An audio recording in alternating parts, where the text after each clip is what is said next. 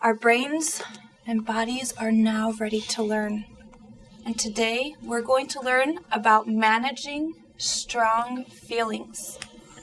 And we have some special guests with us today. Snail. We have Snail And Puppy. and Puppy.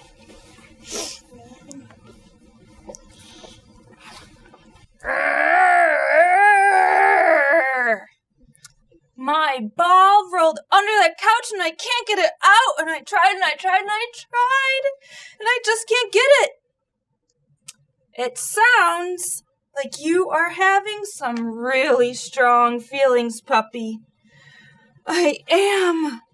My head feels hot. My muscles feel tight. Well, Puppy, there are some things you can do to help you handle those uncomfortable feelings. Snail is right, Puppy. Why don't you both sit right here with us while the class listens to a story about someone else who had strong feelings and needed to calm down. Can they stay with us while we do our care meeting? Yes. Okay.